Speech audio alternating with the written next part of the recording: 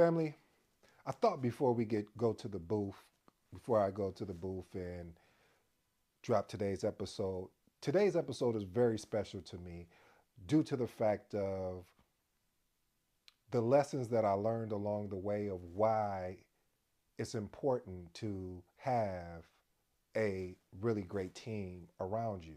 You see, when I was playing college basketball, my coach came to me one day because I was frustrated and I was upset, and I was like, "Why, you know, all the times that I always hear you calling my name, yelling at me, and why is this?" And he was like, "The day that I stop calling your name and yelling at you and pushing you, the day I no longer care of your growth and your productivity."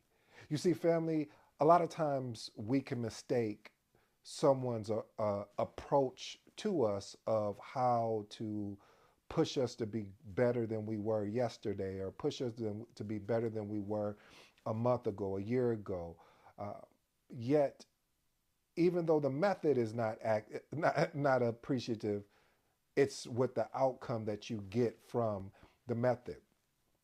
I say that to say that when you are in the process of building a high performance team, I always recommend that you have to understand what people's buttons are. What is a button? What do you mean by that, ED? Again, I appreciate you guys asking me that. What I mean by that, family, is the fact that when you're building your team and you identify their personalities, the personalities that are on your team, there's certain things that will motivate and inspire some people, and some people it would turn off. You see, until my coach explained the reason why, the purpose of reason of him pushing me, I was completely turned off. It just didn't register. But when he gave me the reason why, because I am someone that is curious, I'm always constantly asking questions, I'm constantly trying to figure out better ways to do things, I'm always trying to find better ways to better myself.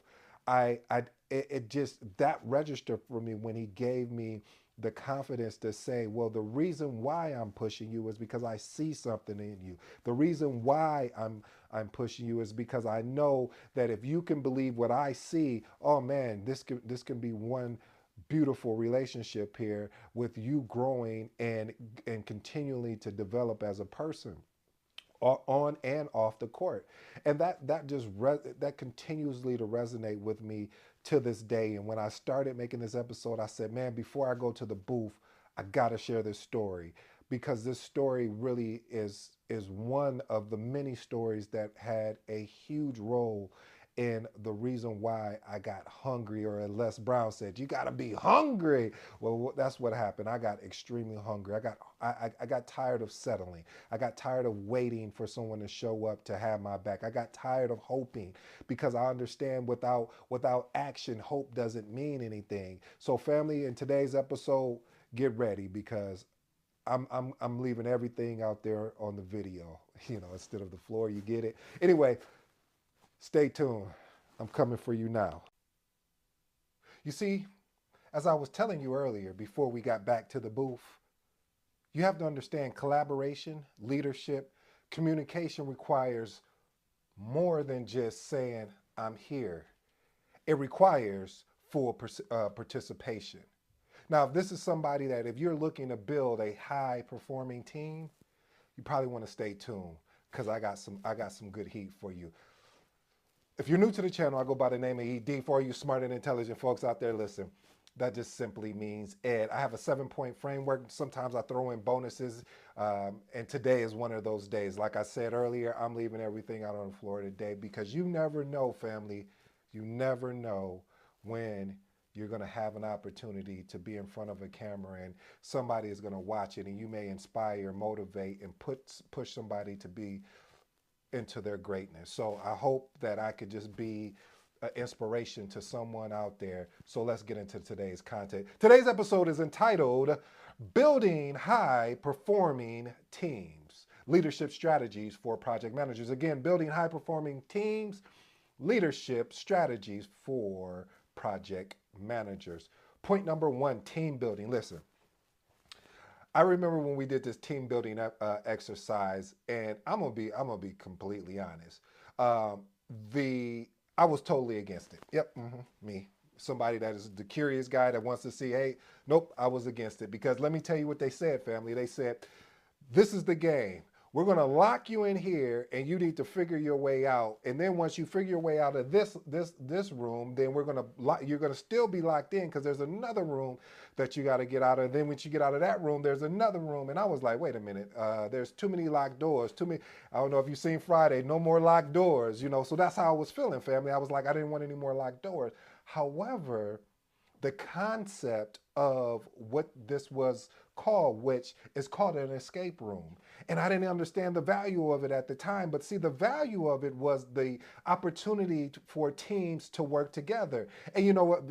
And that, the leader that I was under at that time, the guy was a genius. And how I knew he was a genius, because he mixed the teams up. He didn't allow the teams that, you know, that really got along together. He mixed in the ones that, you know, we just, forget seeing eye to eye. We didn't see toe to toe. I mean, literally. I mean, because it was always conflict and debate, and it was telling me every reason why we can't do something instead of finding ways that we can. And in this team building exercise, family of escaping the room, when we finally got out of there, it forced us, number one, to work together. It forced us, number two, to make a decision. Who's going to be the one that's going to talk? Who's going to be the one that's reading the instruction? Who's going to be the one? So everybody had a role to play. And then we came together like Voltron. Okay, you didn't like that. Well, we came together like, okay, point I'm trying to make, family, is team building exercise are very important. And if you don't have the budget for it, get creative, because what this does, it allows you to develop trust within your team. It develops that collaborative spirit. It also invokes, when I say invoke, meaning it encourages team members to want to step outside of their comfort zone and become uncomfortable. Let's move on to point number two. You already know communication is always going to be in one of these points, but effective communication. Listen, if you don't cultivate an open, clear, and honest communication channels, I promise you that when it gets to the end of a project, a middle of the project, or even just starting a project, you pick and choose.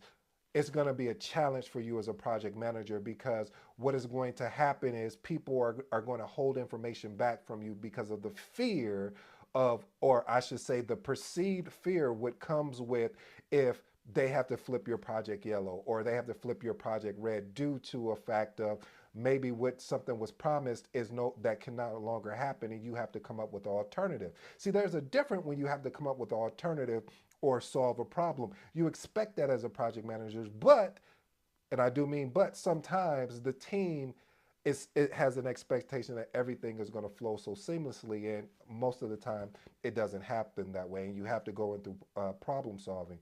But having the ability to make the team feel comfortable to exchange ideas and to just feel like, hey, when we're in these meetings, this is literally our safe place, and that's one of the reasons why I love the Scrum framework as well. But right now, we're talking about the waterfall or predictive methodology. Goal alignment. Listen, you have to ensure team members not only have a comprehensive look at the project goals, but understands their individual contribution to the bigger picture, or I should say the larger objective. Because what we can tend to do as project managers, family, we can just keep going, going as far as saying, all right, I need this task. I don't know why this wall is over here fighting me, but I'm in a fighting mood, so we're gonna push back. But I digress. But what I'm saying, family, is that we have to ensure that individually the team understands their individual goals. That art is lost in project management, because we can get tunnel vision, that we're so focused on the big goal that we don't break that big goal down into smaller, I should say bigger. We get so caught up in the big objective that sometimes we need to, break that big objective down, and then break it down in a way that makes sense to the individuals who are supporting it. I hope you like that. Let's move on to point number four: roles and responsibility. Whew. My auntie would say, if you want to muddy the water, add sand, add salt, add water. If you get where I'm going, it makes no sense, does it? And that's the point, is that if you want to ensure that your team understands their roles and responsibility, there's different templates out there and artifacts, and that's fine. I mean, you can use a RACI. You can ensure on your stakeholder register everyone who is on your project. I mean, there's many artifacts. I could go on and on. But the point is you as the project manager, and I do mean you, have to clearly define their roles and responsibility, and minimizing, or I should say reducing, any ambiguity of what they should be doing, at the same time fostering a collaborative environment. Because when you foster that collaborative environment, if I'm somebody that could do the same thing, and when I say do the same thing, probably not on the level as you can, but if I'm able to help you maybe move one of the roadblocks for you, or impediment, same thing, then you're going to feel more comfortable and trust that, oh, he's not trying to get my job, or she's not trying to get my job. Because that's the reason why a lot of times when it comes to roles and responsibilities, there's not a clear path, because what tends to happen is sometimes either one or two things that happen. Either the team member will get into their own silo and never look out of the box, no point intended, but or they will be so far away from what they should be doing as their day to day, that they get caught up in helping everybody else, that they forget to help themselves. It reminds me about what Cat Williams said, and he said this, and it's so poignant to today, is that, when you're on the airplane, you're listening to the instruction from the stewardess, they say, in case of an emergency and the cabin pressure goes up, or however they say it, all of a sudden these masks will come down. And when these masks comes down, they say, go ahead and put it on your neighbor, or the kid, or your child, or your spouse, or your significant, or the other first. No, they don't say that. Why don't they say that?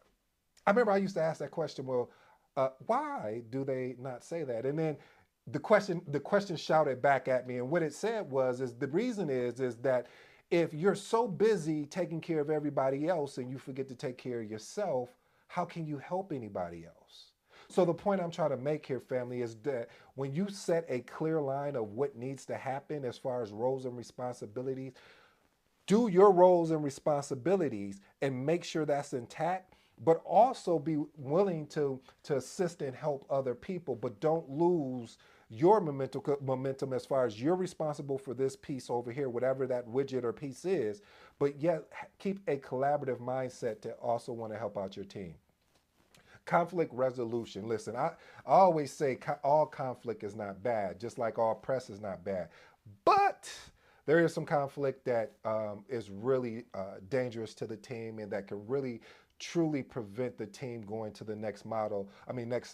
I talked about the Bruce Tuckerman model on a couple videos again, and from a high level, it really, reason why I love that model is because it continues to talk about when you're introducing new resources, how everything has to be reset and reset it back to almost ground zero again, of doing everything over to gain that trust, and gain that trust from the team. And so when you are building these high performance teams, family, ensure that you're not just changing in and out of resources without properly ensuring that it's going to be a fit and a match for the team. So, because if not, then you are going to have your hands full with a lot of conflict, a lot of frustration. And as we've learned, frustration comes from the expectation that one has had. So if one is on a great team that is vibrant, is constantly helping, watching each other back, like, oh, hey, ED, you forgot to answer that email, and they're pinging you in Teams and saying, hey, make sure you follow up on that email. Oh man, I'm so glad you let me know that. Let me go back and handle that. And so what I'm trying to say here, family, is that we want to ensure that we are keeping a open mind when we are going into these conflicts, because again, not all conflicts are bad. Let's move on to point number 6: continuous feedback. Listen, being able to establish a feedback that, oh man, a feedback type culture and providing regular input and performance evaluation really empowers the team. You know what normally happens is when it's time for performance appraisals, you probably haven't even seen those goals since you put them in a year ago. You should be looking at them regularly, but hey, we're human. And because we're human, sometimes we just forget things.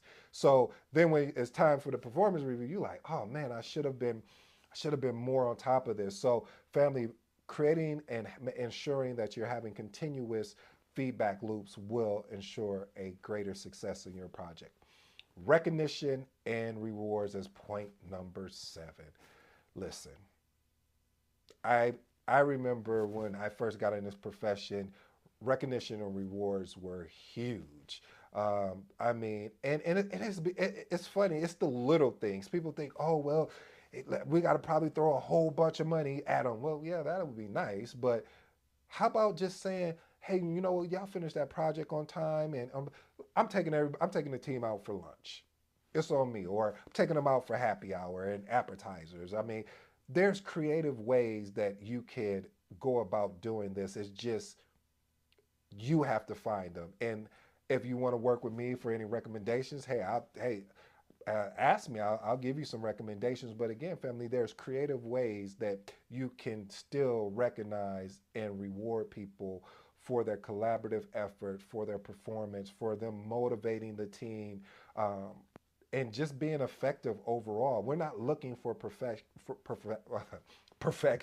We're looking for someone that will be willing to execute, to or better yet, watch this, that somebody that can fall down and get back up, that can fall down and get, those are the people I love to work with, because that lets me know that it doesn't matter what happens, it's about how they respond to it. My last and final point, which is a bonus point: empowerment. Yep, empowerment. I don't know why I did that. Yep. That's my new thing, I guess. I'm sounding like, what's that? Beep beep. Yeah, that's what it sounded like. Okay, anyway, I digress. But anyway, empowering the team members by giving them autonomy. You know, I remember when Steve Jobs had talked about when he would hire someone, and they was, I don't know if I seen this on an interview or whatever, but the point he was making was, he said, if I hired you, I didn't hire you for me to do the thinking. I hired you because you're good at that skill set, and you can deliver. So why am I going to tell you what to do? What I will do is I will empower you and give you consultation and advice, but that is not my job to tell you what to do. And a lot of times what'll happen is that you will get in these cultures that are micromanagers because of the fear of they're going to miss out on a deliverable, or you'll get in a culture where they say, "Oh, we're not micromanaging you," and you could just see all of the details leading up to, yeah, you're micromanaging me. So, family, I leave you with that empowerment piece. That's a huge piece, and also I leave you with this, family. At times, when you're going through the battle, just remember to keep putting one foot in front of each other as you're building these high performance teams. Until next time, been your boy ED, and I'm out.